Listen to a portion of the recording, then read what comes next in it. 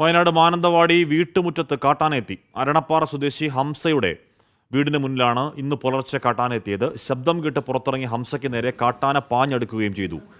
സുർജിത്ത് അയ്യപ്പത്ത് വിവരങ്ങൾ ചേർന്നു. സുർജിത്ത്, ഇത് കാട്ടാന ശല്യമുള്ള മേഖലയാണോ? ആഴശല്യമുള്ള മേഖലയാണിത്. അരണപ്പാറ എന്ന് പറയുന്നത് തിരുനെല്ലി ഭാഗത്തുള്ള ഒരു പ്രദേശമാണ് അരണപ്പാറ എന്ന് പറയുന്നത്. സ്ഥിരം വനവുമായി ചേർന്ന് കിടക്കുന്ന ഒരു പ്രദേശം എന്നുള്ള നിലയിൽ എപ്പോഴും ആനശല്യമുള്ള ഒരു ഭൂപ്രദേശമാണ്. ഇവിടെയാണ് ഇന്ന് പുലർച്ചെ ഇത്തരത്തിലൊരു സംഭവം ഉണ്ടായത്. ഒരു കാട്ടാന എത്തിയത് ഹംസ എന്ന് പറയുന്ന ആളുടെ വീട്ടിലേക്കാണ്, വീടിന് മുൻവശത്തേക്കാണ് എത്തിയത്. അവിടെ വന്നിരുന്ന ബൈക്ക് ആന തകർത്തു.